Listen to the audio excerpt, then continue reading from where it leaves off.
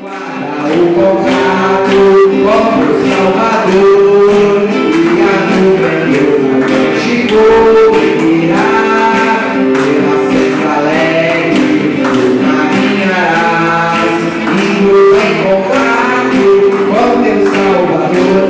Amém. Glória a Jesus. Graças a Deus. Louvado e agradecido seja o nome do Senhor. Irmãos, vamos ver a palavra de Deus nessa noite. Abra a Bíblia aí, 2 Coríntios, capítulo 6. Amém? Louvado seja Deus. Graças a Deus. 2 Coríntios, capítulo 6. Nós vamos ler o final do capítulo 6 e o início do capítulo 7. Amém? Graças a Deus. Aleluia, Jesus. Estamos neste domingo, amém, irmãos? Na campanha do culto do Expansão. Amém? Culto aí com os jovens, precisa uma bênção, amém? Deus tem falado conosco a cada semana, aleluia. Quero anunciar aos irmãos que este mês, temos aí no mês 5 domingos, portanto, são 3 cultos do Expansão, amém? Hoje estou pregando a palavra de Deus, domingo que vem tem culto do Expansão, e no dia 24, domingo, é o quarto domingo do mês, a irmã Marli vai estar pregando a palavra de Deus, amém? A irmã Marli, que é a nossa conselheira do Expansão aqui da região de Rio Marinho, vai estar pregando a palavra de Deus no 3º culto do Expansão deste mês, amém? E o último domingo, como vocês não sabem, é o culto de missões. Louvado seja Deus. 2 Coríntios, capítulo 6, graças a Deus, aleluia. Nós vamos ler a partir do versículo 14. E nós vamos ler o primeiro versículo do capítulo 7. Amém? O 7 primeiro. Aleluia. Glória a Deus. Faça ser encontrado. Amém? Segunda carta de Paulo a Coríntios. Graças a Deus. Podemos ler, irmãos? 2 Coríntios, capítulo 6, versículo 14. Nós vamos falar acerca da santidade. Amém? Glória a Deus. Hoje, irmão, sabia que é o dia da Bíblia, amém? Eu não sabia, fiquei sabendo hoje durante o dia. É o dia da Bíblia hoje. Todo segundo domingo de dezembro, comemorado o dia da Bíblia. Eu nem sabia, amém? É como a palavra fala, né? É só do Senhor que sai, da boca do Senhor que sai o nosso alimento, amém? Nem só de pão viverá o homem, mas de toda a palavra que sai da boca do Senhor. Glória a Deus. Aleluia. 2 Coríntios, capítulo 6, versículo 14. Vamos ler para a glória do Senhor. Não se juntem com descrentes para trabalhar com eles, pois como é que o certo pode ter alguma coisa a ver com o errado? Como é que a luz e a escuridão podem viver juntas? Como podem Cristo e o diabo, em algumas Bíblias está Belial, como Cristo e o diabo estar de acordo? O que um cristão e um descrente têm em comum? Que relação pode haver entre o templo de Deus e os ídolos? Pois nós somos o templo do Deus vivo, como o próprio Deus já disse: eu vou morar e viver com eles, serei o Deus deles e eles serão o meu povo. E o Senhor Todo-Poderoso diz: saiam do meio dos pagãos e separam-se deles, não toquem em nada que seja impuro, e então eu aceitarei vocês. Eu serei pai de vocês, e vocês serão os meus filhos e minhas filhas. 2 Coríntios capítulo 7, versículo 1. Meus queridos amigos, todas essas promessas são para nós. Por isso, purifiquemo-nos a nós mesmos de tudo que torna impuro o nosso corpo e a nossa alma, e temendo a Deus, vivamos uma vida completamente dedicada a Ele. Amém? Glória a Deus. Jesus querido, Jesus amado, eis aí a Tua palavra que foi lida, Senhor. Ó Deus amado, venha revelar nos nossos corações, venha falar conosco, meu Pai. É o que eu te peço, meu Pai, e já te agradeço, em nome de Jesus. Amém e amém. Se assenta aí com a sua Bíblia aberta, louvando a Deus com palmas bem alegres. Amém? Glória a Deus. Aleluia. Glória a Deus. Queridos irmãos, querida igreja de Deus, estamos diante da carta de Paulo, a segunda carta de Paulo à igreja de Coríntios. E Paulo, ele vai tratar um assunto com a igreja, um problema que estava acontecendo com a igreja. Amém? o povo da igreja de Corinto, eles estavam se misturando com os povos pagãos.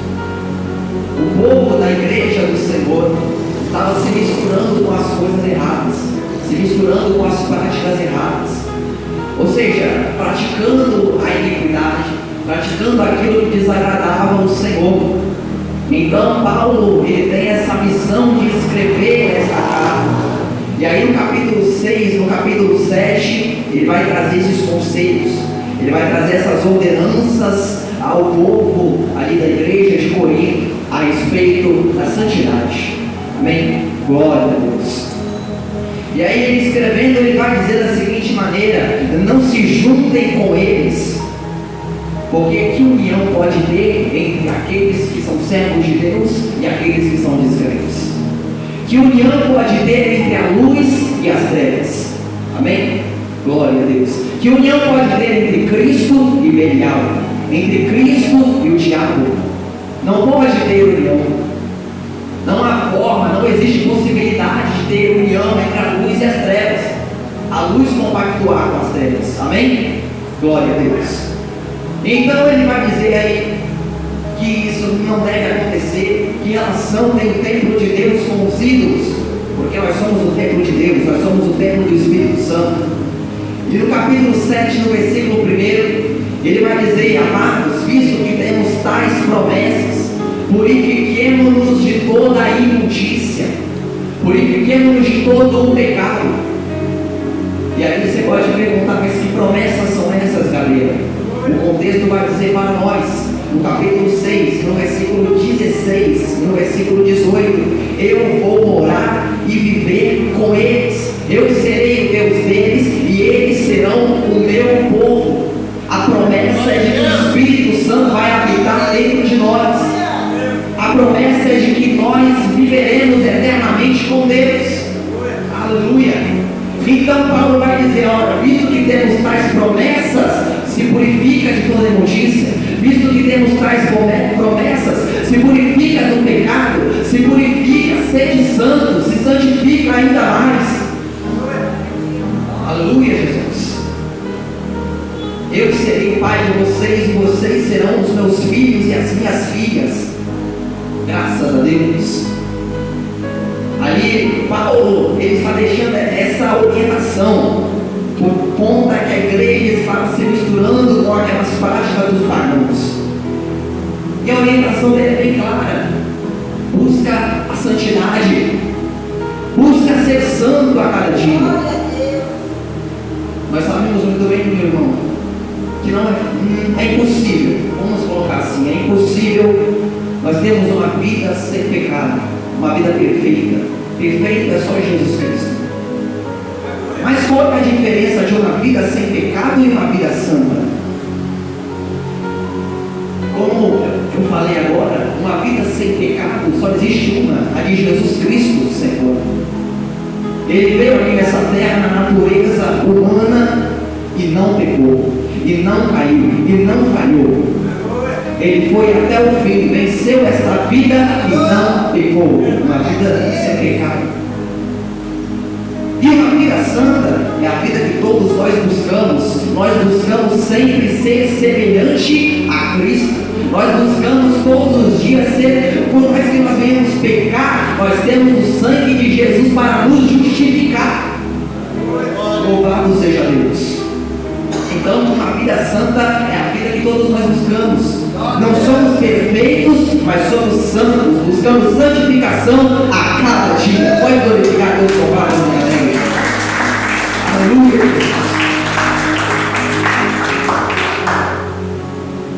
Então é isso que Paulo está falando com a igreja de Corinto. Busquem a santidade. Mas Gabriel, o que é a santidade? O que é ser santo? Ao pé da letra, santo significa separado. Ser santo significa dedicar toda a sua vida a Deus. Separado. É por isso que Paulo vai estar falando com a igreja de Corinto: olha, se afasta dos ídolos, se afasta destes descrentes que estão vivendo essa vida de pecado, essa vida de moralidade, se Ser santo é ser separado. Separado do pecado, separado da idolatria, separado da transgressão, separado da iniquidade. Louvado seja Deus. Separado para viver a obra de Deus, separado para viver o chamado de Deus, separado para viver aquilo que Deus nos chamou, para aquilo que Deus nos escolheu. Pode dizer glória a Deus? Aleluia. Uma vez que nós conhecemos o poder de Deus, uma vez que nós aceitamos a nossa mão, levantamos a nossa mão e aceitamos a Jesus Cristo, e nós conhecemos a Deus, Ele tem poder para nos purificar de todos os nossos pecados.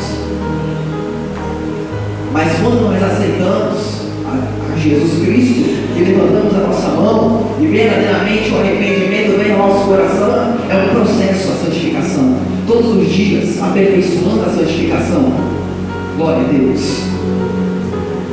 O exemplo de santidade maior, nosso Deus. Deus é santo. Ou melhor, Deus é santo, santo, santo. Aleluia. Não há nenhuma impureza diante da presença de Deus. Não há pecado em Deus. O nosso Senhor Jesus Cristo, Ele revela a santidade de Deus quando Ele desce aqui nessa terra, na forma humana, e não peca, e não erra, e não falha. Ele revela a santidade de Deus. Por isso que nós cristãos, para vivermos em santidade, é viver como Cristo. Cristão significa isso, ser como Cristo.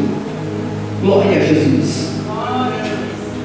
Se nós estamos vivendo como Cristo, nós estamos a todo momento zelando a nossa santificação a Deus, zelando pela nossa santidade a Deus, assim como Cristo foi santo. Amém. Glória a Deus.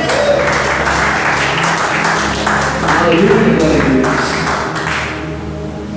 Mas o que é necessário para que nós venhamos ser santos?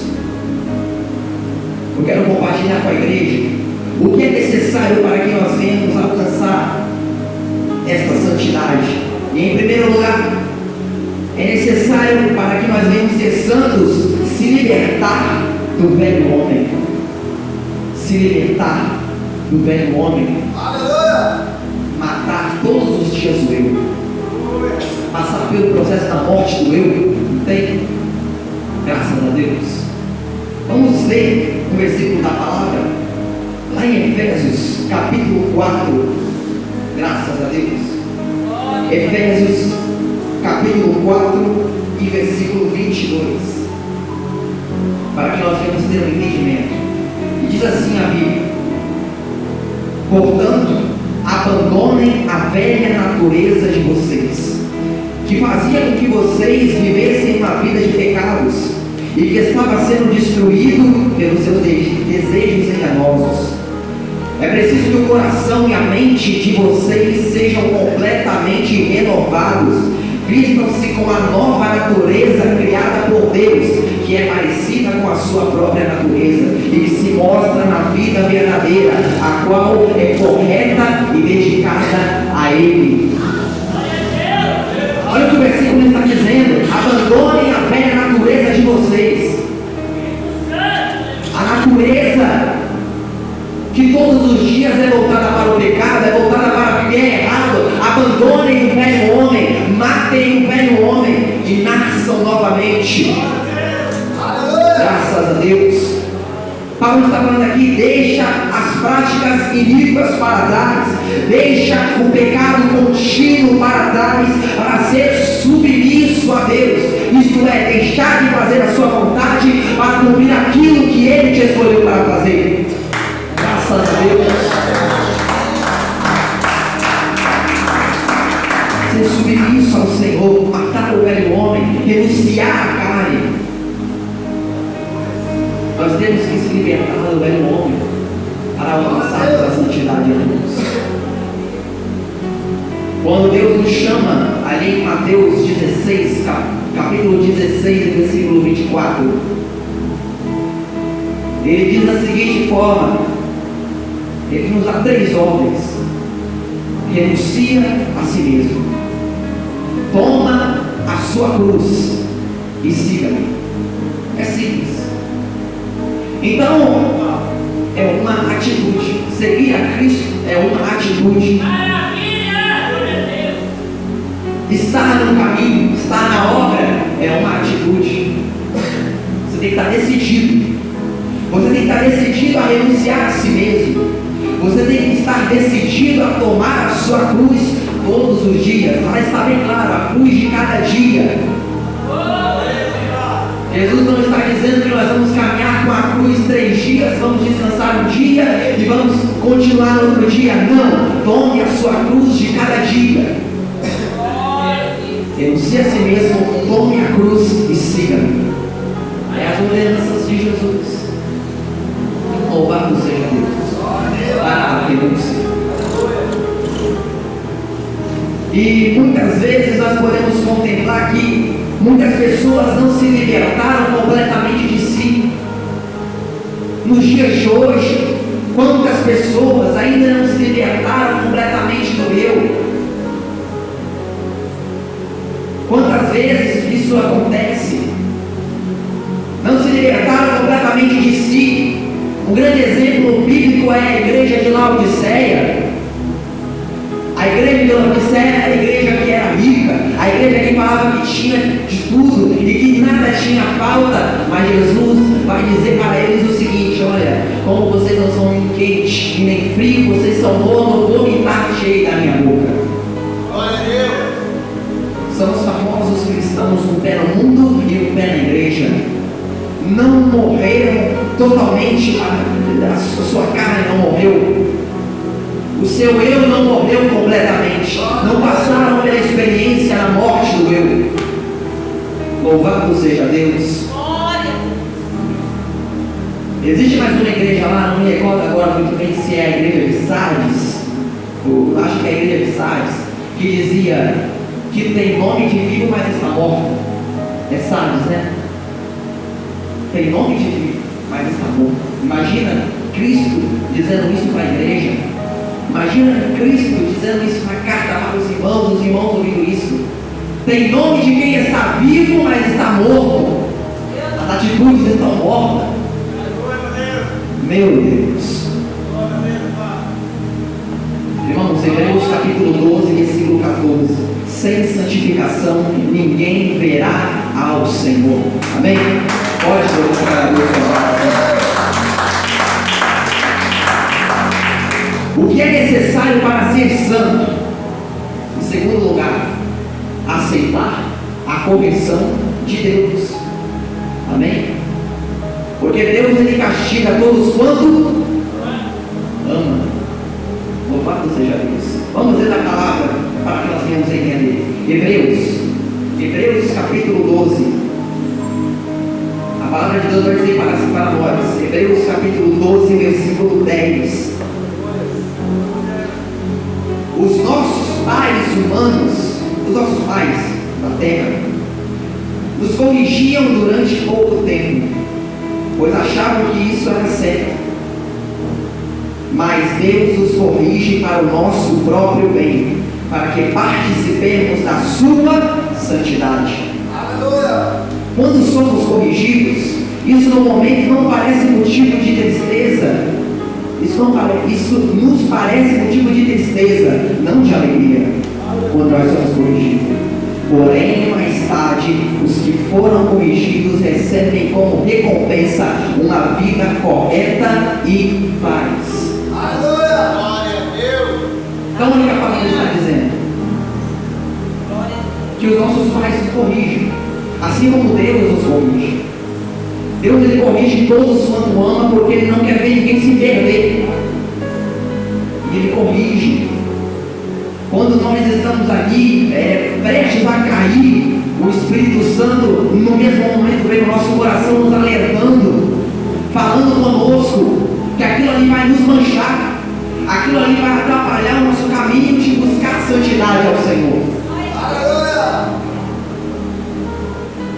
Louvado seja Deus. Nós, quando somos corrigidos, aquilo não parece motivo de alegria. Todos aqui, creio que foram corrigidos pelos seus pais. Amém? Passaram por essa experiência. Aleluia. Na hora ali você apanha do pai e na sua mente de criança sobe uma ira, sobe uma raiva, passa até o pensamento de querer fugir de casa. Meu Deus. Lá em casa era assim. Minha mãe até que não corrigia muito não, mas meu pai, misericórdia. Quem tem pena é carinho. Quem tem dó é piano e violão. Jesus amado. E não parece motivo de alegria quando nós somos corrigidos pelo nosso pai. Muito pelo contrário, é motivo de tristeza. E é isso que Paulo está falando. Os nossos pais humanos, eles nos corrigiam da mesma forma que Deus nos corrige. Corrigiam por causa de maldade? Não. Corrigia porque no futuro nós iríamos entender a necessidade dessa correção. Graças a Deus. Quando Deus nos corrige, é porque Ele é onisciente. Ele sabe o que vai acontecer no futuro. Ele sabe o que vai acontecer na frente. Nós que estamos ali prestes a cair, nós não temos o poder de bola de cristal para saber o que vai acontecer no futuro, mas Ele tem. Ou melhor, Ele é onisciente. Ele tem essa característica da onisciência. Ele conhece todas as coisas. Louvado seja Deus. Só que infelizmente hoje nos nossos dias muitos têm se encontrado rebeldes, que não aceitam a correção do seu pai, não aceitam a correção de Deus. Muitos não carregam a verdade do Evangelho, não querem optar por carregar a verdade. Muitos não buscam uma vida santa, não buscam uma vida de santidade. Muitos já esqueceram da doutrina bíblica, já não querem mais seguir a doutrina bíblica, que é a palavra de Deus. Amém? Que é aquela doutrina que não muda. Graças a Deus. Antes buscam, tem prazer em enganar o irmão do lado, tem prazer na fornicação, prazer no adultério, tem prazer naquilo que desagrada a Deus. Mas aquele que é servo de Deus, aquele que tem o Espírito Santo no seu coração, ele é incomodado. Ele é incomodado. E ele é corrigido. E no momento que ele é corrigido, ele aceita a correção, porque ele sabe que aquilo ali vai ajudar no processo da santificação, no processo da santidade. Aquilo ali é para crescimento espiritual. Por isso ele aceita a correção de Deus. Amém? Pode glorificar a Deus com calma. Glória a Jesus. Em terceiro lugar, 1 Tessalonicenses capítulo 4, versículo 3. Em terceiro lugar, o que é necessário para nós sermos santos? Cumprir a vontade de Deus. Cumprir a vontade do Senhor. Fazer aquilo que Ele nos manda. Fazer aquilo que Deus nos ordena. 1 Tessalonicenses capítulo 4. Louvado seja Deus. Salve o Senhor Deus. Linda glória a Deus. 1 Tessalonicenses capítulo 4, versículo 3. O que Deus quer de vocês é isso: que sejam completamente dedicados a Ele e que fiquem livres da imoralidade. Aí o versículo 7 vai dizer: Deus não nos chamou para vivermos na imoralidade, mas para sermos completamente dedicados a Ele. É uma ordenança do Senhor, é uma ordem bíblica da palavra de Deus, cumprir a vontade dEle, que é ser santo, buscar a santidade. Quando nós cumprimos a vontade de Deus, fazemos aquilo que Ele nos ordenou, fazemos aquilo que Ele nos mandou, nós estamos buscando a santificação a cada momento, buscando a santificação a cada dia. Eu quero dizer aos irmãos a respeito da santidade também. Que a santidade não é somente as nossas vestes, amém, irmãos? Santidade é um processo que acontece de dentro para fora. Por incrível que pareça, hoje aconteceu uma experiência. Eu estava estudando essa palavra hoje, por volta do meio-dia. Havia acabado de chegar na reunião e estudei essa mensagem a respeito de santidade. E logo à tarde eu teria que ir para Vila Velha, teria um estudo bíblico ali em Vila Velha. E eu não sabia qual era o tema do estudo bíblico. Quando eu fui ver a apostila, o tema do estudo bíblico era santidade. Aí eu falei, meu Deus. Deus quer falar a respeito disso. Aí, glória a Deus, amém. Estamos ali estudando e existe ali uma relação entre todos os que falaram ali, falaram a respeito disso, que a santidade ela é algo do nosso coração. A santidade ela é o momento que nós aceitamos a Jesus e que o Espírito Santo toma conta do nosso coração. É automático. Glória a Deus. A pessoa ela passa a ser guiada pelo Espírito Santo. Amém? E aí a santidade não passa a ser mais uma veste. A santidade não passa a ser apenas aquilo que nós vemos da pessoa. Não, a santidade é aquilo, o reflexo da pessoa, o que está no coração da pessoa. É muito mais além. É aquilo que a pessoa tem intimidade dela com Deus, ela com o Senhor. É a experiência que a pessoa passou. Louvado seja Deus. Glória a Deus. Então nós temos que cumprir a vontade de Deus. E esta é a vontade de Deus, que sejamos santificados longe da imoralidade, longe da cobiça, longe do pecado. É o que Paulo está escrevendo aqui a Tessalonicenses. A vontade de Deus é que nós venhamos se distanciar destas coisas, se distanciar da transgressão, se distanciar da iniquidade do pecado. Por quê? Porque Deus não nos chamou para a impureza. Deus não nos chamou para a imoralidade. Não, pelo contrário, Deus nos chamou para a santidade. E para isso Ele nos escolheu. Glória a Deus. Como a palavra fala, Deus nos chamou para sermos santos e irrepreensíveis diante dele em amor. Tudo isto que a Bíblia nos ensina é cumprir a vontade de Deus. E quando nós carregamos a palavra de Deus no nosso coração, nós estamos nos santificando. Não somente ler, mas viver. Não somente estudar, mas viver a palavra. Nós estamos nos santificando, porque a palavra santifica a nossa vida. A palavra santifica o nosso caminho. Louvado seja Deus. Para terminar, irmãos, assim diz a Bíblia lá em 1 João capítulo 2, versículo 24: ela vai permanecer em vós a palavra da verdade, a palavra da santificação. Permaneça em vós. Então, preze por uma vida santa, preze por uma vida de santificação. Se nós permanecermos em Cristo, Ele nos promete a vida eterna, Ele nos promete a salvação. Grandes são as promessas de Deus na nossa vida. Por mais que nós venhamos se aproximar de Deus, nós nunca vamos ter aquela vida perfeita. Lembra no início da pregação? Perfeito é só Jesus Cristo. Mas nós podemos dizer que somos santos, buscando a cada dia a santificação do sangue de Jesus Cristo. Amém? Amém, irmãos? Que a palavra possa falar mais no coração dos irmãos. Amém? Que o Espírito Santo de Deus fale mais